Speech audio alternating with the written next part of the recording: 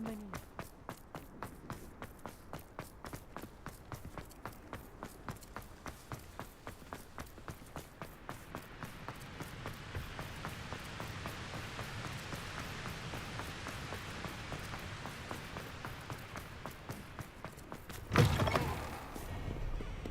Revelio. Good on you for stopping that troll.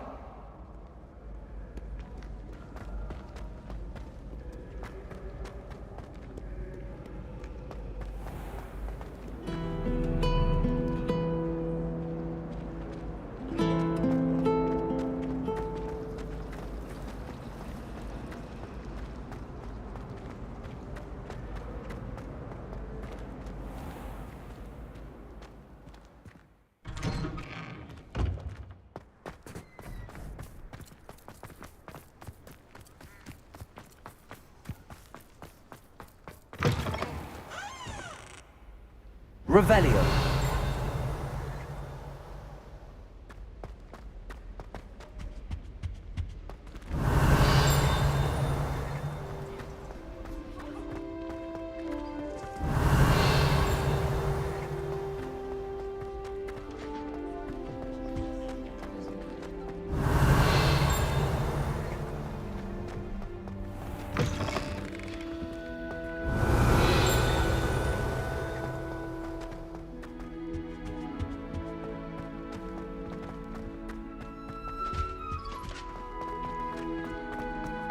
Revelio.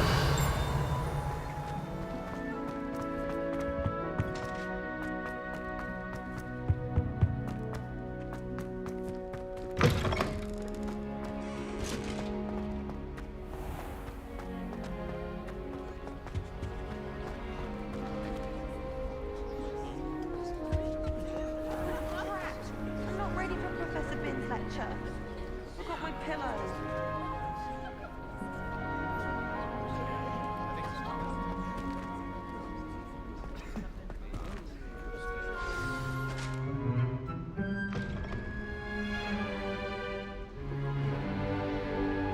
In today's lesson, we will cover a truly thrilling event. The Goblin Rebellion of 1752 and all its triumphant tragedy. But more specifically, we will address the devastating effect it had on the wizard milling industry. Actually, we do know the number. 632. But history occurs outside the classroom. And look, it's time for my constitutional. One can practically osmose the history flowing through Hogwarts. I think the professor wants us to follow him. And now for a stroll to the Bell Tower entrance hall. Along with the rest of the castle, it was completed in the early Middle Ages. The hall and the bell towers that loom above it contain myriad interesting artifacts.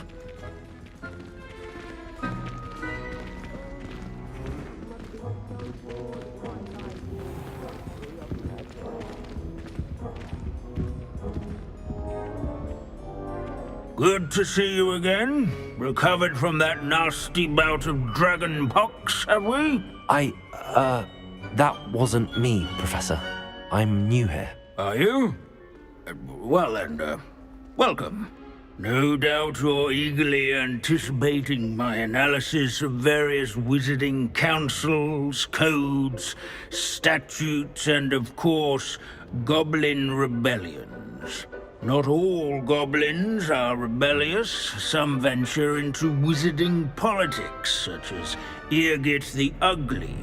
Some are talented artisans, such as Bragbor the Boastful.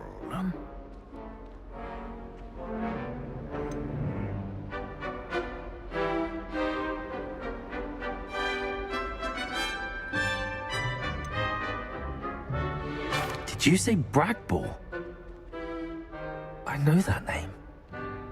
Lord Gok said he was an ancestor of Ranrock.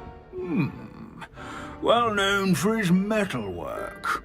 I would imagine much of his goblin wrought iron and silver has survived to this very day.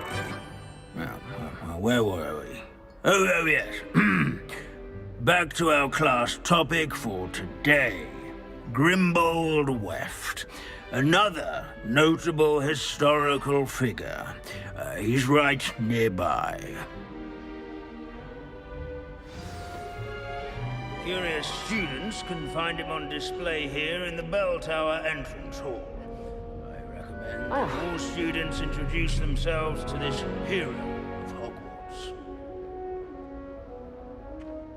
Grimbold Weft was responsible for some of the most important work done in the Goblin Rebellion of 1752. Studied patterns on witches and wizards' coats. Without his quick hand and deft needlework, countless witches and wizards Revelio. have caught cold during the late spring of that year. Bell Tower entrance hall. Thirst for knowledge, do well to seek. This Grimbold West sounds like a helpful fellow, but a hero of the rebellion.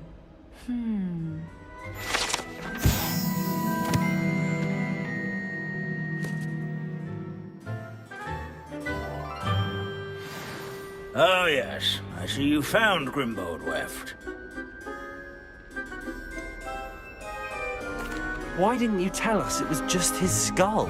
Well, of course he's just a skull. Everyone knows Grimbold Weft died of dragonpox in 1753.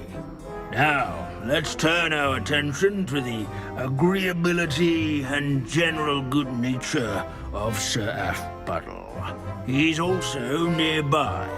See what you can learn from him for your next assignment.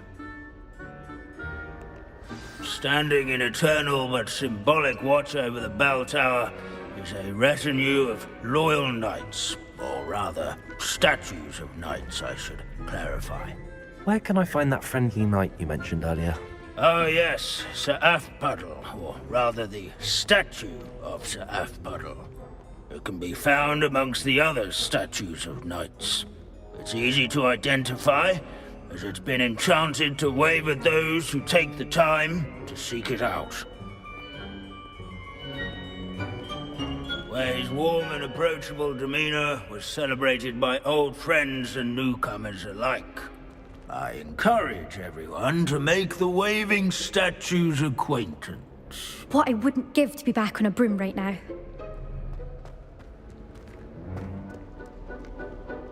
Nothing quite so magical as history. Revelio. Rusty, immutable history.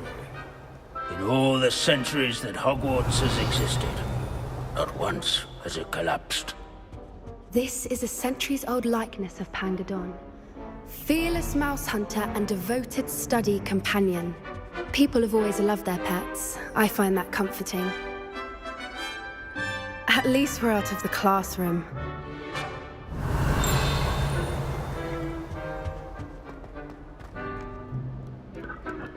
Revelio.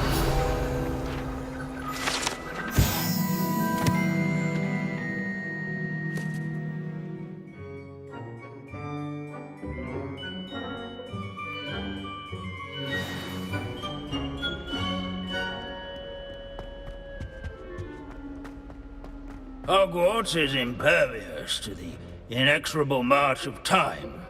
Perhaps that is why I admire it so. Professor Binns, I found the statue of Sir Aphbuttle. Ah, well done.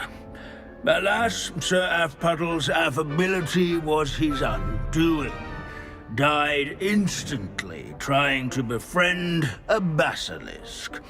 Eye contact is not always to be encouraged. So beloved was he that even some goblins mourned his passing. Of course, that did not bode well with the rest of the goblins, most of whom could not abide mourning the loss of a wizard.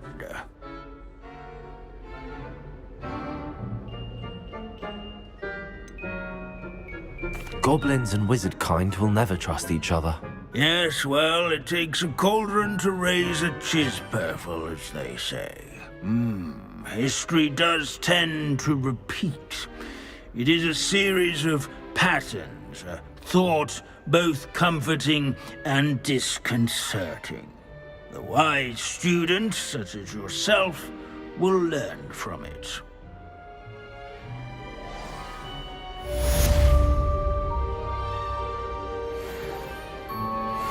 History is written by those who do their schoolwork, so they say.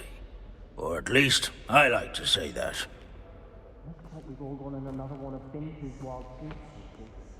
How can we do so much and accomplish so little?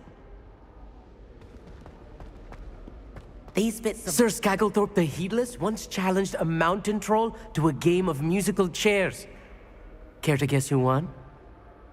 If you fail History of Magic, you're doomed to repeat it. The class, that is.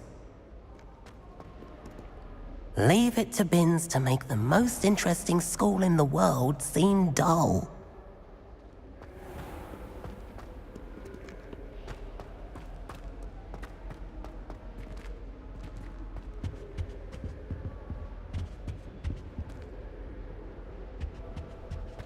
This unassuming smudge is rumoured to be the location of the very first successful use of Bombarda. I suppose successful is a relative term, since whoever cast it didn't live to tell the tale.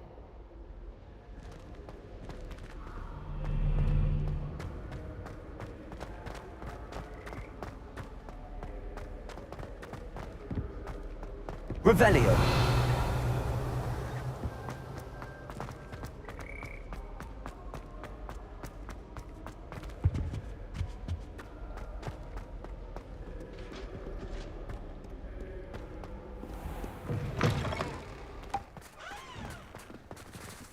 I don't know why you don't just get a snitch from inside. Because I configure one. I've seen her do it. It's true. Soon get us a snitch. Non-verbal spells